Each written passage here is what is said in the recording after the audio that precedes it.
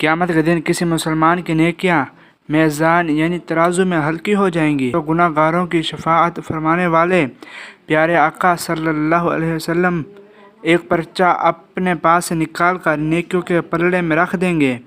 تو اس سے نیکیوں کا پلڑا وزنی ہو جائے گا اور عرض کرے گا میرے ماں باپ آپ پر قربان، آپ کون ہیں؟ حضور صلی اللہ علیہ وسلم فرمائیں گے میں تیرا نبی محمد صلی اللہ علیہ وسلم ہوں اور یہ تیرا وہ درود ہے جو تو نے مجھ پر بھیجا تھا۔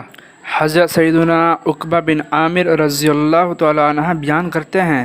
میں نے اللہ پاک کے پیارے حبیب صلی اللہ علیہ وآلہ وسلم کو دیکھا کہ آپ کھڑے ہو کر لوگوں سے یہ ارشاد فرما رہے ہیں جو مسلمان اچھی طرح وضو کر کے